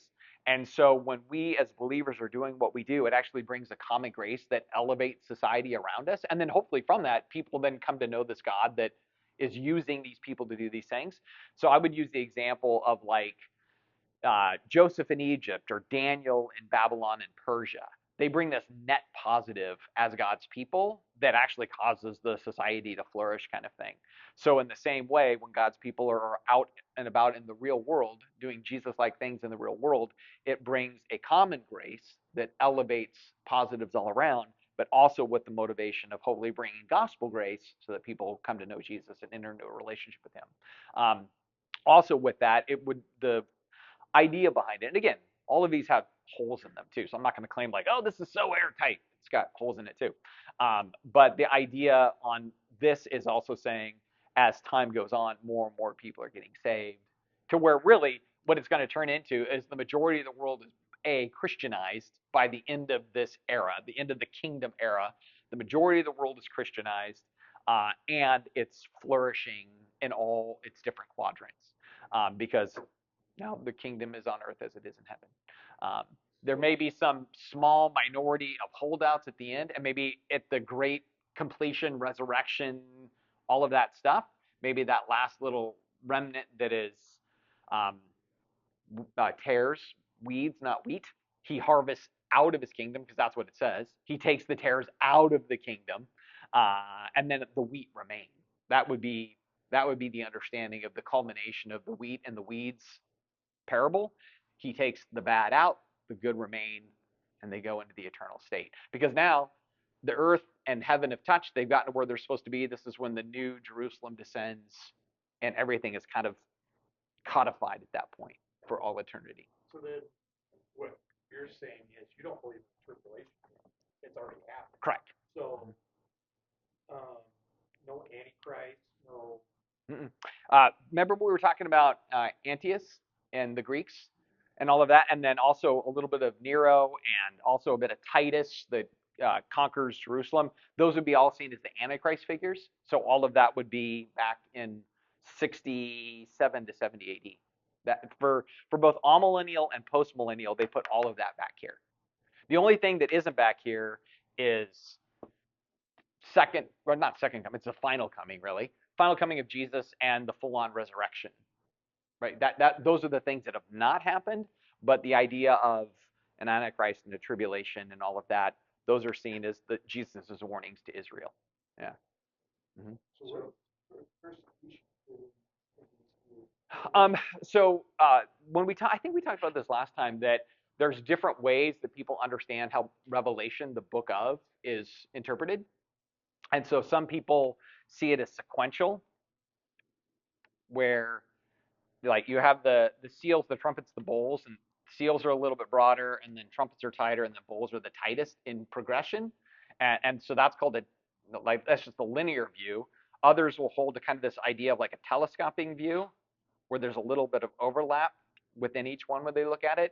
This view is what's called an eclectic view of Revelation, and it believes what it's describing is cyclical events all the way through this age, where there's always going to be this challenge between light and dark, right? Between Satan and God. But as time goes on, that the cycle is God's victorious more, sin and death is victorious less. And so Revelation's just describing this constant cyclical pattern where it's getting tighter and tighter and tighter and tighter, but righteousness is winning more and more and more and more and more, until finally death, decay, and dismemberment are all obliterated. And then when Jesus comes, it unifies everything perfectly. In other words, all the way through this age, people are going to live and die in that time of the kingdom, which is true to all the different views, actually. So even if you look at like the dispensational view of like a literal 1,000 years, and there's people in it, those people still live and die according to that system too. There's like saints that don't, but the people on earth still live and die, and then they get a resurrection at the end of that 1,000 years. So they're all kind of in agreement that there isn't immortality until the second coming and the resurrection and everything else. But during this time, you might see lifespans increase. We already do. you know, compare it to 200 years ago, we're living longer. We're having more opportunities for health. We're solving a lot of medical crises. all these kinds of things. And all of this is still the common grace of God working in his people to bring in that good. Now, of course, in that, some people get the blessing. They're not believers, but they get the blessing of what believers have brought into the world. So if we think about, again, how Christians started the universities, right? We we we were the curators of mathematics and science and botany and biology and chemistry and all these things. We've kind of ceded some of that to the general world, unfortunately, because what we did in our culture is we became fundamentalists and we pulled out of a lot of the universities and we started our own Christian schools and our own Christian, seminaries, and we maybe pulled out of some of the institutions that we started. I think we'll get back to that actually because I'm more optimistic in this model, of course. Um, but because of that, yeah, everybody kind of flourishes in that and they learn from that. And then Christians keep doing what they're supposed to do. And it just kind of continues and increases. Post-millennial. Do the Dominion and revivalistic camps battle it out quite hard, or are they more friendly? No, they're not friendly at all. Well, here's what it is. I think the revivalistic are pretty chill, but the Dominion are pretty wound tight, in general. And they're the more popular, I think in some ways right now. That's kind of the Christian nationalist. Yeah. And that's what's driving that. And it's interesting too, because that's like we talk about Christian nationalism. It's not quite like this organized coalition because it's made up of like you have like Doug Wilson, who's a very reformed, non-charismatic, but then you also have like Bethel Church and some of these Pentecostal charismatic groups that are also in that same space. They don't agree on theology and stuff, but they're kind of in the same space of we're supposed to take dominion on these 7 hills or whatever they want to call it. And so they're all kind of still arrayed in that same general idea of we're supposed to control all the mass things. So politics, media, um, marketing, economics, those kinds of things, government. Um, and therefore, those are all tools of force. And so you want to control those because then you have force. Um, or intimidation or whatever with monetary, political, whatever else. So in that sense, they're all on the same page to the goal of quote Christianizing it. But I think if they all got into power, they would go to war with one another at that point too. Because there's no way Doug Wilson's thinking a tongue speaker is going to be, whatever, and vice versa. They're going to be like that dude didn't even save, man, he doesn't got the Holy Spirit. So they would certainly go to war. But and revivalistic is a whole lot less common nowadays. And there can't be really any clarity on that point, like where Jesus returns, like where it's gotten to the point where Jesus. No. That's got to be wildly subjective. Yeah, 100%. And that's where it's kind of like, again, I go back to all systems have weaknesses or holes or whatever else. And has anybody tried to, like, there's been predictions to the end of the age. Has there been predictions to that point? Nope. Yeah, people are pretty much the only people that do the predicting are the premillennial dispensationalists, right? They're kind of like the rapture's coming next. Right. Yeah. But they don't typically do it, but it's usually the 7 years of tribulation crew. They're the ones usually trying to predict dates. The other 3 camps don't generally do it. So would it be commonly held that we're no close to that point? For anybody that's post-millennial, 100%. Like I think, again, I think they're putting it all probably even on the lower half of the progression. Like they'll look and go, over 2,000 years, there's been a lot of major improvements to the human condition. And then we would say, by way of the gospel and how it infuses all these different things, but it wouldn't be like, 10 years, maybe 15, like that. It's like, no, there's a whole lot more to have to happen. But what I personally like about this is 2 things. One, it's probably why I gravitate here. I like the optimism of it, that it isn't like it's all going to hell, so why invest? I actually go like investment actually makes a difference. Like it's part of the mission to make the world a better place in Jesus' name. So that's kind of one part of it. And then the other, it just keeps me from being cynical. I mean, I'm just like, no, it's a hopeful vision of the future as opposed to I'm just waiting for it to blow up. Can't wait for the day it blows up. But in this view, though, there's no expectation that Jesus could return at any time. Correct. And so both amillennial and postmillennial, where they put that is back here. So, because again, part of it is the New Testament writers are all writing all pre-fall of Jerusalem. Because part of it is like we tend to forget how much that was like a massive emphasis that Jesus was trying to make. This generation is going to fall, and therefore there's going to be this big question of, well, has God's promises failed? He was going to use Israel to reach the nations. Point is, no, he's still going to continue it. He's going to start the kingdom without you. You're going to be wiped out, and he's going to use the Israel of God, or the, whatever you want to call it, those who are children of Abraham by way of faith, to go through this and make this happen. But that would happen there. I think what's interesting is because all these views nobody knows. Right? Nope, 100%. If you're honest, nobody knows. Mhm. They're all kind of guessing. Yeah. With a great. They can all make a good case, and they all are going to have an Achilles heel in them. Yeah. Mhm. Yeah. Yeah. And these don't seem to be hills to die on. Oh no, I'll die on this hill. What are you talking about, man? Are you kidding me? But you don't know where on the hill. I'm not sure where on that hill, though. That's right. I think I might die here. I'm not sure. I think what's interesting to me is what are the implications of each view on how we live. Right. Like that, to me, that's maybe the most interesting part. Like for each piece, how do they impact how we live now as Christians? And to me, in that view, it's like, since we know there's no way Jesus is returning anytime soon because we're nowhere close to that. Like that, I've kind of, I grew up with a dispensational kind of view, and it's like Jesus could return at any time. And to me, that's a different, that might impact a little differently than, oh, he's not coming back anytime in my life, Right. because we won't get there.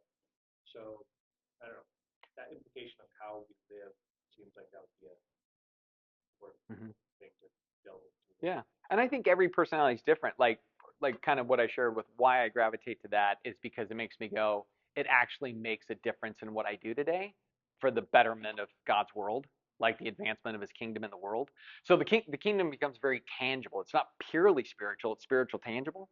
And so for me, I go, that's the motivator. And it was funny. I was having a conversation with somebody about this in relationship to like what motivates us to the gospel, to want to share it or see people get saved. And I was sharing like, well, for me, heaven and hell are not motivators. Um, for me, the motivator is uh, life is better with Jesus, and I want everybody to have that. Like they don't even know how much He can impact their real world and their real lives. And so I'm motivated much more by I want you to have a relationship with Him more than I'm trying to get you out of hell and into heaven. Where other people are very motivated by the hell heaven dichotomy, which is fine. Like I go back, it's not like this one's right and this one's wrong. I just go like sometimes some of us are motivated by one thing that another person wouldn't think about, and I think that's why I go for me. I go, I like that view, or it motivates me because I go, then what I do, even at the gym, matters, huh? Every view should do that. It should, but I think sometimes, like I do think, or at least for me, when I was in the dispensational camp, I was more like, why polish the brass on a sinking ship? It's gonna burn. You know what I mean? So it was almost like I'm just I know He's gonna come any day, and maybe I'm gonna try to save souls, but I'm not gonna invest into this place. Why would I invest in it? So that was for me at least my hang up. Where when I came in, which I've been a post millennialist now for 25 years, I guess. It's been a pretty long time, actually. I've been in this particular camp. We're not getting into all the scriptural cases for each one. They all have cases to be made, but It seems like one of my questions too is like, how do you quantify when the world is good enough? Like, is it purely the spiritual condition of people's hearts and worshiping Christ, or does it include health, politics, living conditions? Like, there's so many factors. Like, how do you figure out like where each of those? Yeah, I don't know. Isn't it great? But because part of it is like I do tend to look and I go when I go into the Hebrew scriptures and I see God saying, "Here's how it's going to turn out," right? And so a lion lays down with a lamb, and a kid plays with a snake, and everybody's vineyards are full, and I go, "It's that. It's whatever that is."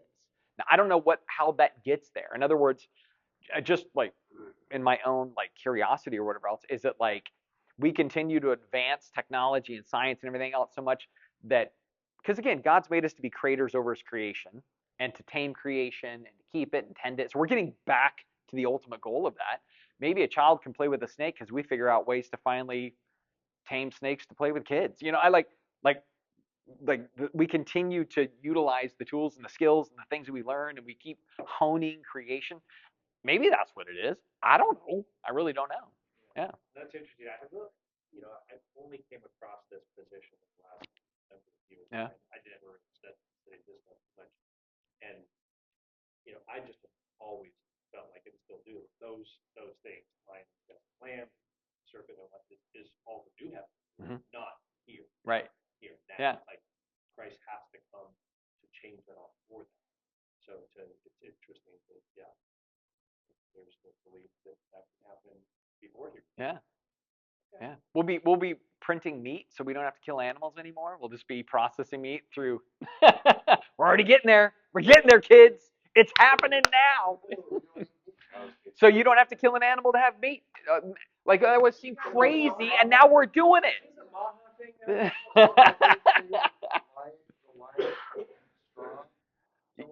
Yeah, yeah, yeah. So, we might be able to biohack, predators into being vegetarians. Come on, man. Just getting back to eating, man. I love meat.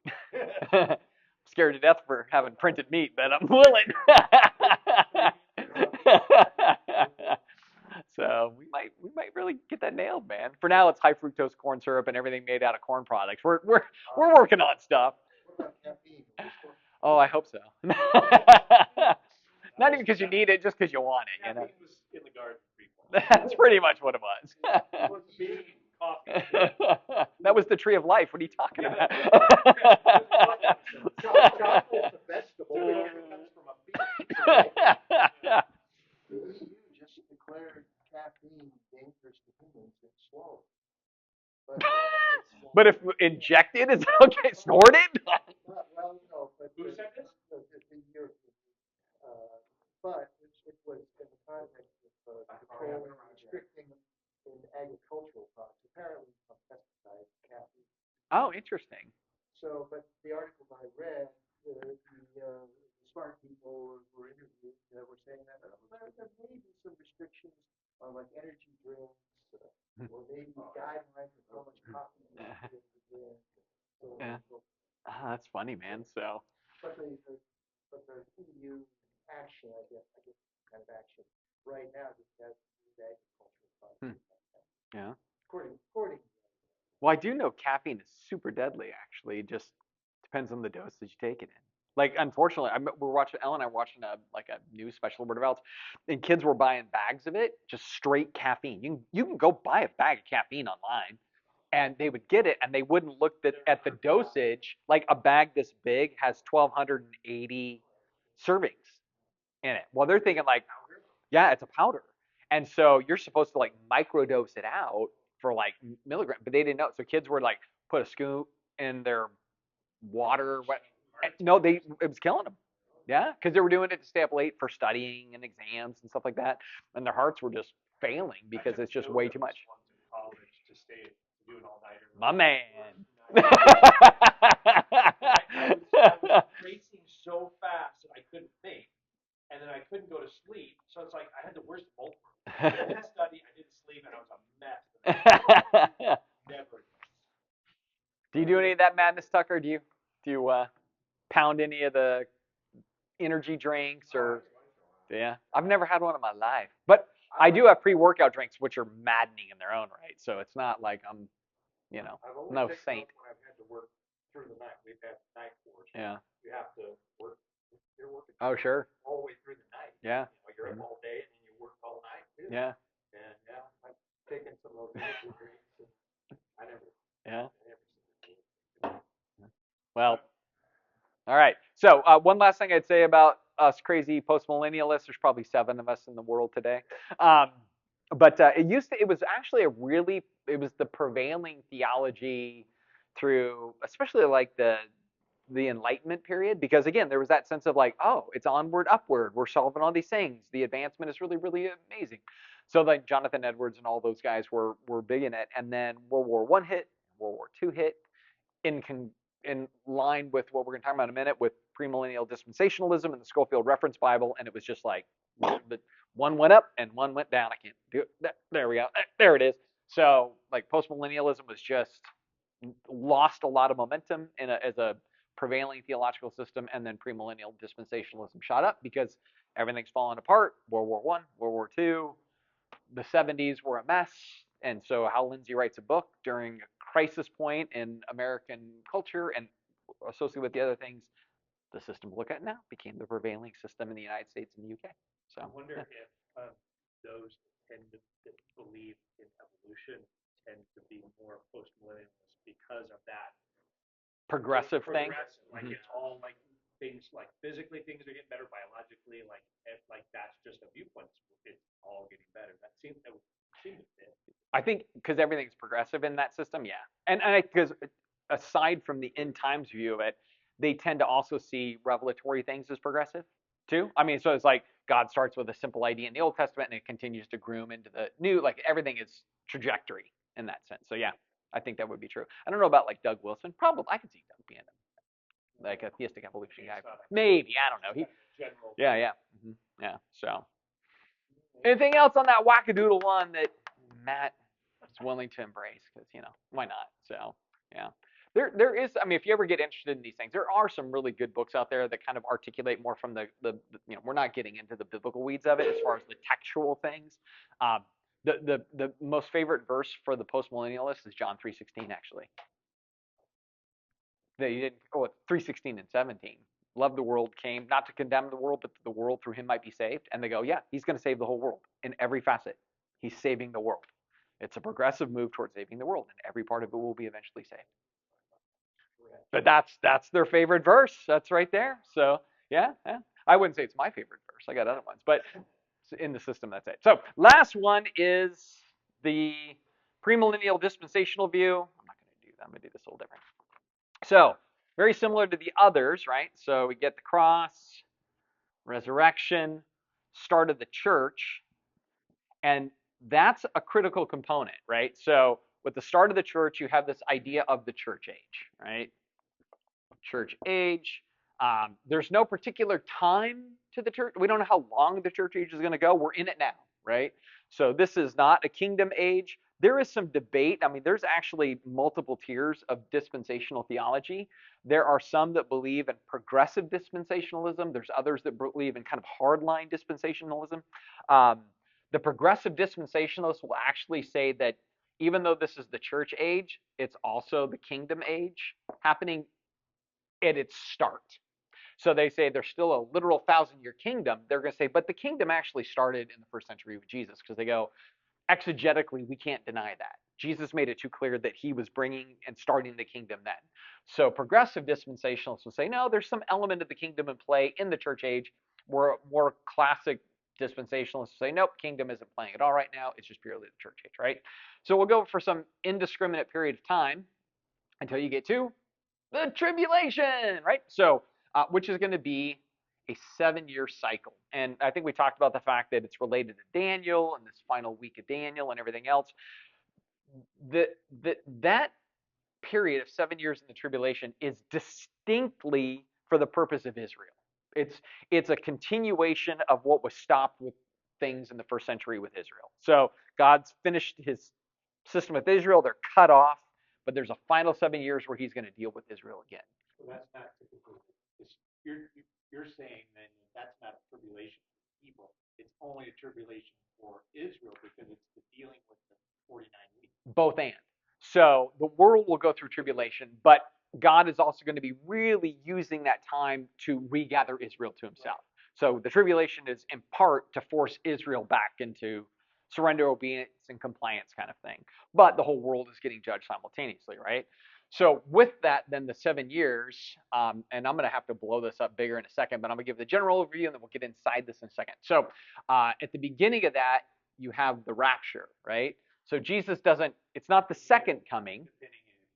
I'm going to get inside that in a minute, right? But we can at least say for sure one view will be right there at the beginning. That'll be the kickoff to the 7 years, right? We'll make it simple for now and say that. There's other possible views in here. We'll talk about that in a second. But basically, that's going to kick it off. The key being that there's some event that's going to happen that's going to start that 7 years, but it's not a second coming. It's some kind of thing that Jesus kicks off that 7 years, right?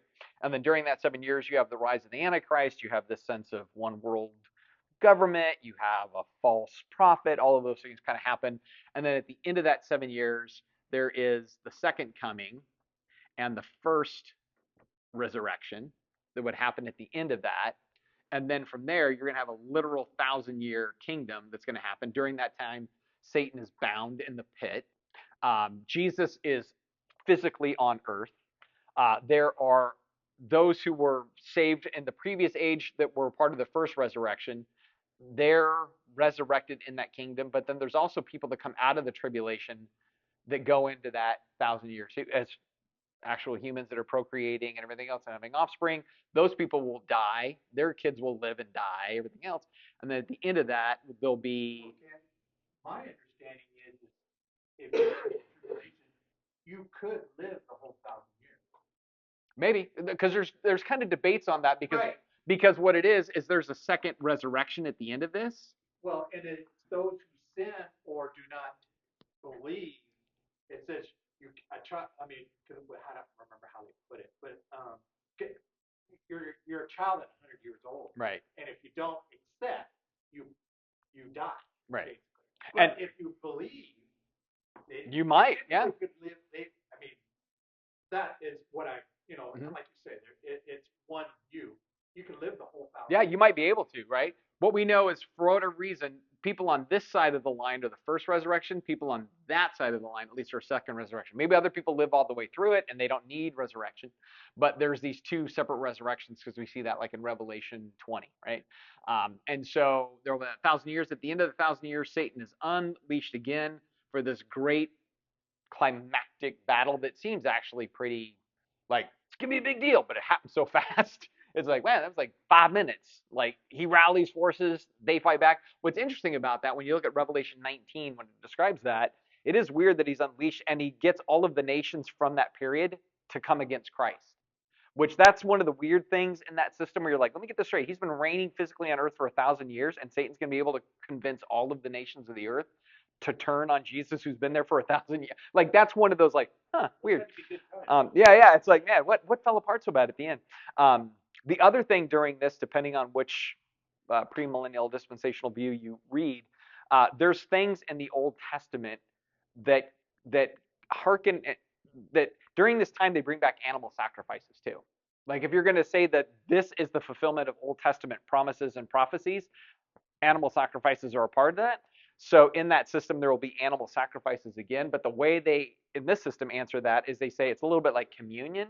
It's not sacrifices to forgive your sin because Jesus did that already and it's complete, but it's commemorative of what Jesus did. Similar to like communion's commemorative, the animal sacrifices will be commemorative.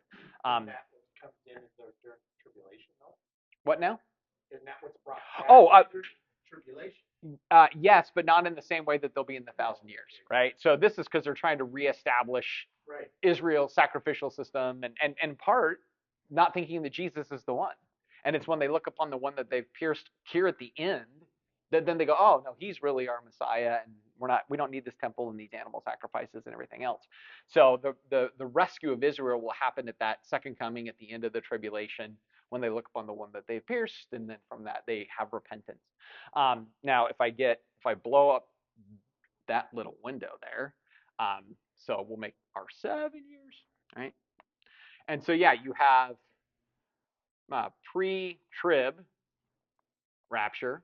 Then there's another which is mid-trib, and then you have pre-wrath, or you have at the end post-trib rapture. So there's kind of like four, no, I wouldn't say prevailing views because they're still all predicated on a tribulation model, a dispensational model. It's just some people will say the church is taken at the beginning. Some say it's just as the Antichrist is coming into power, mid-tribulation. Others will say it's just before the bowl judgments, the final 7 judgments. And then others say, nope, the whole church, everybody goes all the way to the end. So all of this is about the church age people. How far do they go into the 7-year tribulation? Some will say not at all. Some will say halfway. Some will say most of the way. Some will say all of the way. Argument I have with post, who goes into the millennium if it comes into move? So the believers, non-believers. Yeah, but there's no non-believers aren't going yet. That's what they say it is. they say they say that there's some remnant that God holds on to of disbelievers and carries them in to start the population of the millennial kingdom. Yeah. Yep. So it's not believers that did because they get resurrected and then they're in resurrected bodies, and then there's non-resurrected people that in God's grace pulls from the tribulation into the 1,000 years, and then He's using them to repopulate the 1,000-year human side of the kingdom as we populate the 1,000 years resurrected side of the kingdom. So those are kind of the different views. For me, I was a drifter. So I started here, and then I'm like, maybe I'm here. And then I'm like, no, I'm really just here. And then pretty soon dispensationalism went away, and I was just pre-millennial, but I wasn't dispensational. And then eventually I'm like, post is cooler than pre. So then I became post millennial. So so I had a migration, and it was funny. The church I was in was hardcore this, like hardcore. And so I remember at an elder meeting when I'm like, well, I think I'm post tribulation, and it was like you would think I just said Jesus and Satan are brothers. You know what I mean? It was just like whoa. In fact, I remember our teaching pastor. He was doing a series in the book of Revelation, and so he says, so between Revelation 3 and 4, see that little white space right there? Just add in with a pencil rapture. And I'm like, it's gonna be funny when he gets to the end of the book about adding to or taking away from this book. Like, just add in the white space right there, rapture. Yeah, but it was a pretty committed to that view position or whatever else.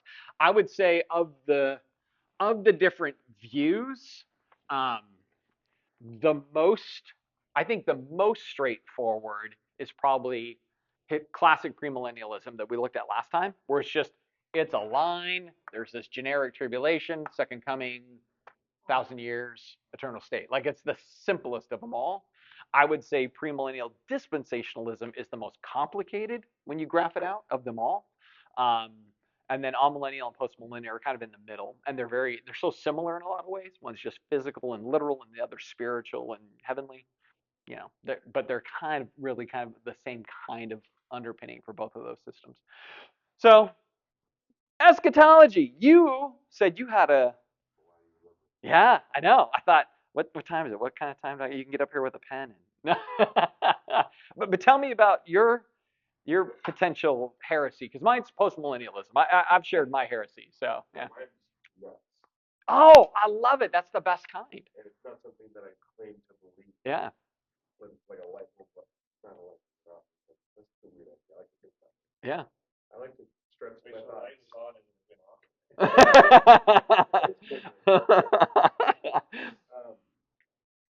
hesitate to share that. I'm crazy. No, well, when it comes to eschatology, honestly, I'm like, You go yeah, crazy. yeah. Okay, start spreading the blood. Oh, okay. Let me hear this. I want to hear this. I have a theory. I would say that I believe in this. You're tinkering with, yeah. Tinkering with it.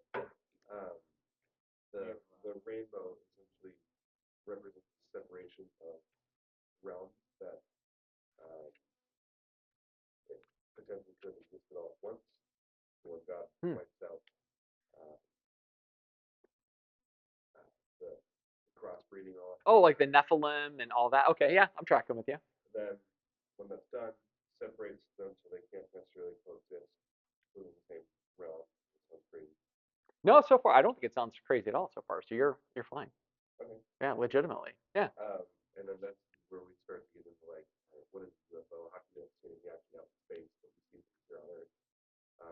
Certain beings are allowed to cross between 1 or 2 or 3 realms, and that sometime towards the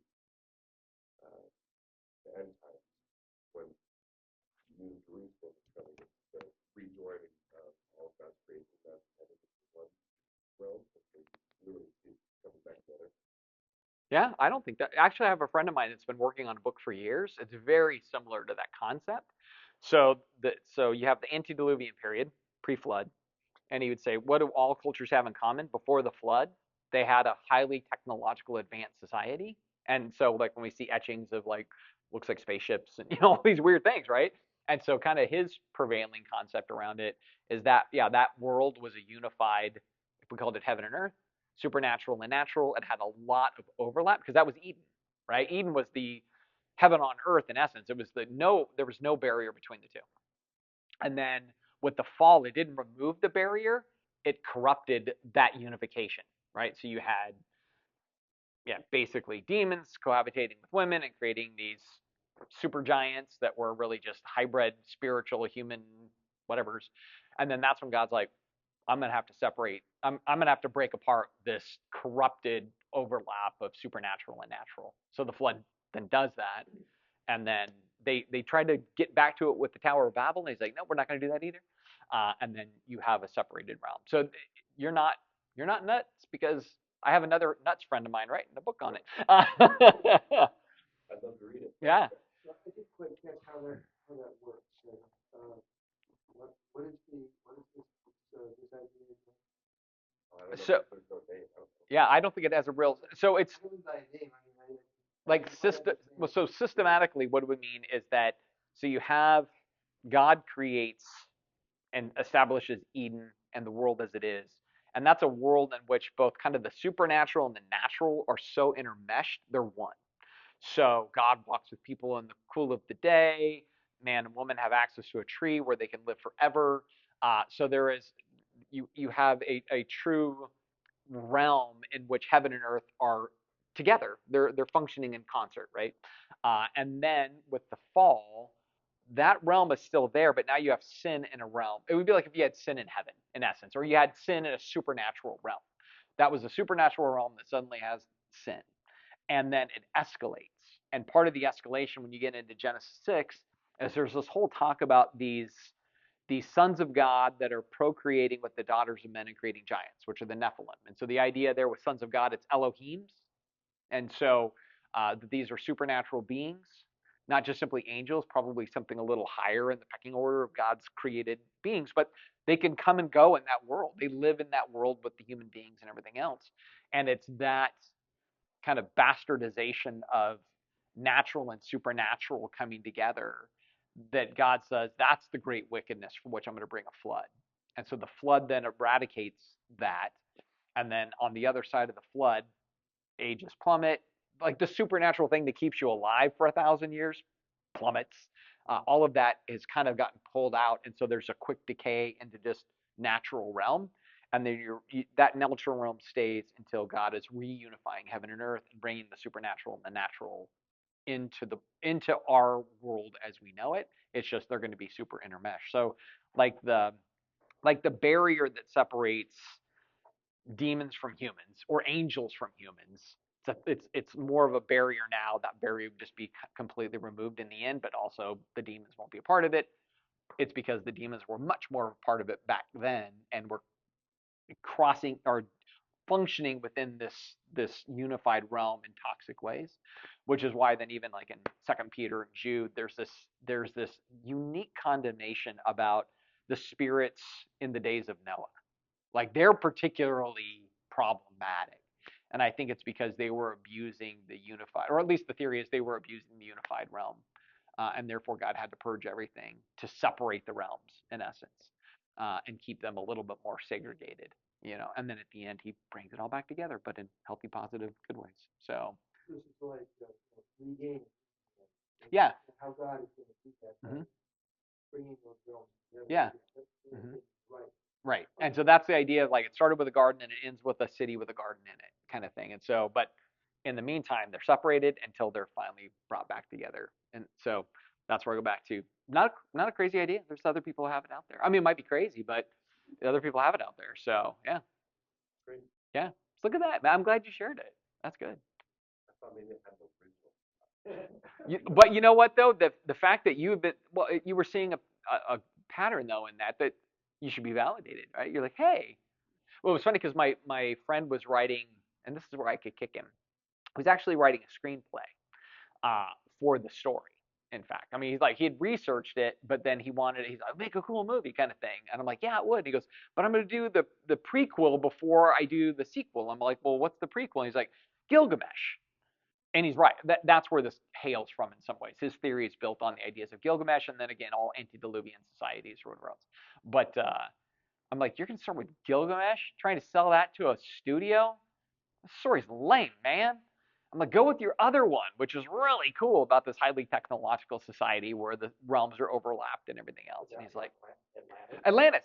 That's one of that would exactly be one of that idea of like all these, because again, the idea of a flood is not native to the Hebrew scriptures, and it didn't originate there. There was other cultures before Israel that had this global flood and this great advanced society. So that would be one of them, Atlantis. And Shakespeare talked about Atlantis? well, because it's funny if like my friend when he got into this, his wife was in the hospital at the University of Washington for like 6 months, and so he was there at the university, he had access to this giant library, so he started doing all this research on antediluvian cultures and like what all the different cultures of the world have a mythology of a flood, and they had some society before that flood, and it was advanced. Why? Was kind of his thing. And then he was just finding all these commonalities. And then, I mean, even Gilgamesh is this idea of immortality and all these things. So it was like that was all kind of there in the pre-flood. And so from that, he just found the commonality in that and then started porting that into the scriptures understanding of the pre-flood world and kind of looked and said, if you think about Adam and Eve, they would have been genetically superior. So he was thinking about it in those ways. Even with the fall, they still are living 1,000 years. They're genetically way superior. And his thing was, if you could live for 1,000 years and you were superior even in your knowledge, what things could you build? What technologies probably or could have existed in that world? I mean, we have because of the flood, we have no information. Right. And that would be the theory. The Bible doesn't talk much about pre-flood. Yeah. So we don't really know anything. Yeah, and so when my friend was working on this, he was looking at what are all these ancient, like when you look at the pyramids, you're like, that looks like a dude in an astronaut suit, or whatever it was, that's a flying machine on that wall. Why did they draw a flying machine? And so it was like that the lore of the world before the flood still was told in story in these ancient cultures. Like we had flying stuff and people went to space, and so all these things you see in the mythologies of these ancient societies might have been pointing to the pre-flood world. Yeah, would have made a great movie, but no, we won't. Gilgamesh first. Try to pitch that, dummy. Come on, man. Tell the other story. Yeah, yeah. So, all right, we're not going anywhere. All right, we're gonna call it good. We finished. Took us 3 times, I think, to finish that one.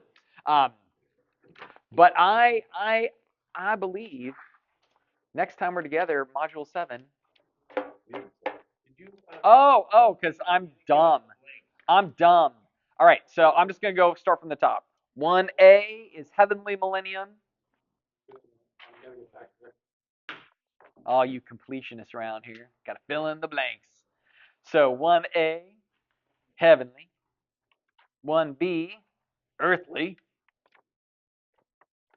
1C, before the Earthly Millennium. And 1D, Rapture. Right? Christ comes to rapture and then later returns bodily before the earthly millennium. And then it could be pre, mid, pre-wrath, post. All kinds of fun options there. And then next time, What was 1A again? Heavenly. 1B, earthly. 1C before, 1D, rapture and returns. So next time, anthropology, hamartology, and atonement. And we'll get that done. We'll make sure. We'll finish that somehow, miraculously. For us completionists, it'll happen. So for sure. So with that, any parting questions, words of wisdom, insights, brilliance?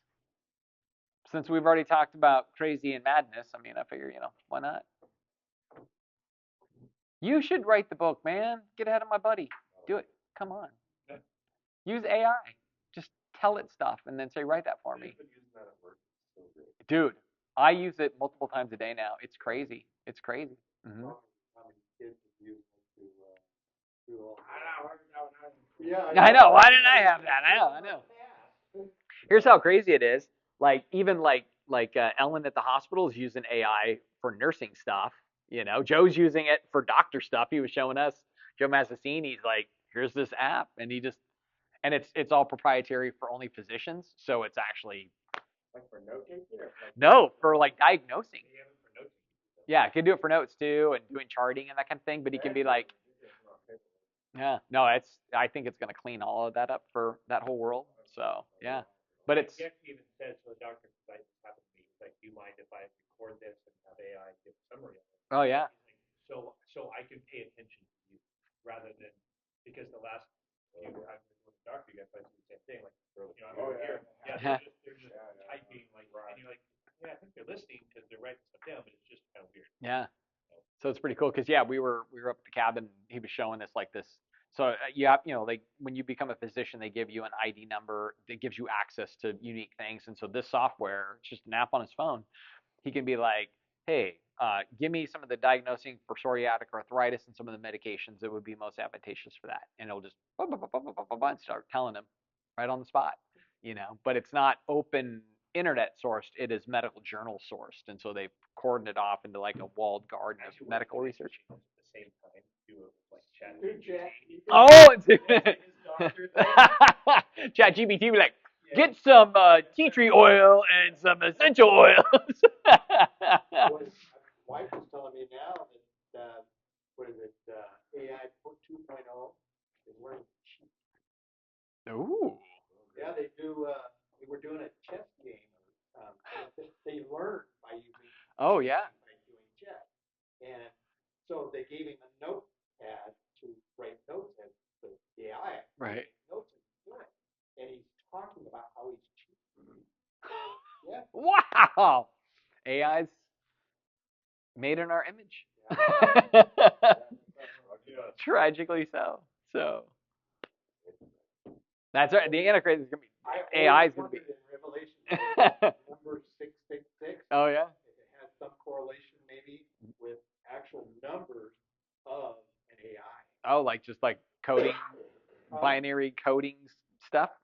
Gonna find out, man. Well, So. because AI, I mean, if you go by the by the Revelation, Antichrist can't be everything. He's not all knowing. Right. But he could use AI or He's Skynet. It's the rise of the machines, man. AI that's called the beast. Yeah. Yeah. Well, I remember years ago when Lindsay stuff really kind of got this thing all going off or whatever else, that there was some big supercomputer in Germany that they just nicknamed the Beast, and people thought it was going to be this potential supercomputer. So yeah, which now is probably the power of my phone, But at the time, it was rad. So that's right. So yeah. Well, cool guys, girls. Anything else? Appreciate you all. Thank you for letting me lean on you a little bit too, both a couple months ago and even tonight. So, yep, I really do appreciate it. It means a lot. Thanks for being here even on your birthday. Yeah. Hey, man, all the ways I could spend my birthday house, it's not the best. Hey, By the way, no, man. There would have been maybe a little more tempting if Ellen wasn't on shift tonight, but she's, she's on shift. And then, because then the kids were all been like, we're going to do your birthday party on, your birthday, but yeah. She's on shift, so it's all good. Yeah, yeah. And she was probably only on shift because she did that practice. I know. She's like, that's right. I'm going to do it because he's doing that. No, whatever else. So, yeah. But awesome, everybody. Well, thank you so much. Oh. La, la, la. Did everybody get their notes? Oh, yeah. Don't forget for next time. Have a good week. You too. Finally getting smart and learning to put stuff just in this closet instead of dragging it all over the place. No, I'm going to put it all in here and call it happy. At least in theory. I wonder how I did that last time. Wow. Oh, that was bad. Oh, bad on my part.